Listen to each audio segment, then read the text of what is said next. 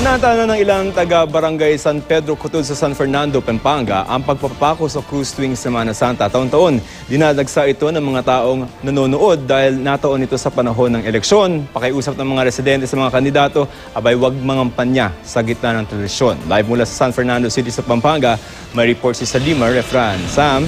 Joseph, bawal ang mga epal. Ito ang bilin ng mga residente sa mga politiko para nga raw mapanatiling sagrado ang tradisyon ng pagpapako sa krus dito sa Barangay San Pedro Cotod sa San Fernando sa Pampanga.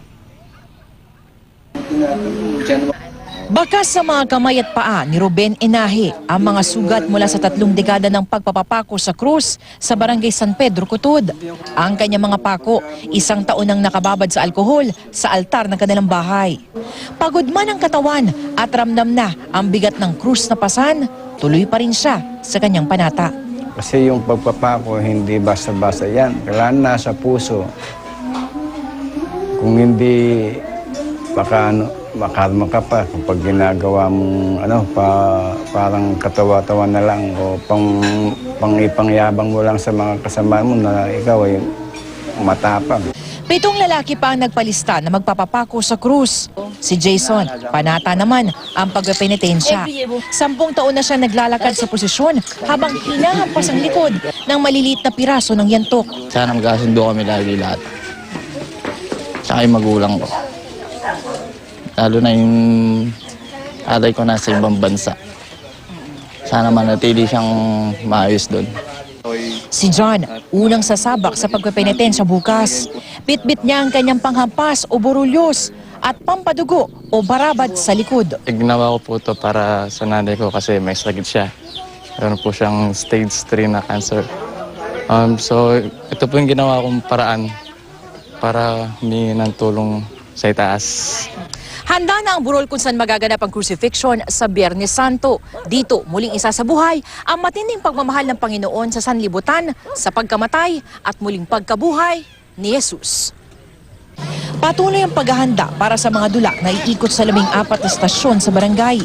Dahil maraming manonood, nakiusap sa mga politiko ang mga tagapamahala ng Maleldo 2016. Kailangan solemn dahil sa pumika pa lang ang ginagawa namin dito.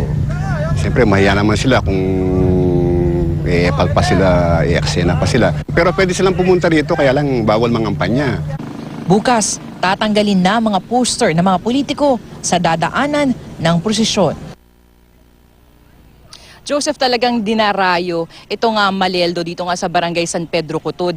Pero paalala ng Simbahang Katolika, hindi nila hinihikayat ito nga pagpepenitensya at maging yung pagpapapako sa krus. Samantala, Joseph, inaasahan natin na napakainit sa Biyernes Santo. Kaya naman pakiusap at paalala na rin ng mga organizer sa lahat ng mga dadalo doon sa kanilang Via Crucis na magsuot na lang ng mga malalamig na damit at siyempre magbaon ng maraming tubig. Joseph? Sam, kung halimbawa may mga nanonood sa atin ngayon tapos parang wala namang gagawin sa Friday tapos malapit lang sa Pampanga, paano ba yung programa doon? Anong oras sila dapat nandun sa Cotod?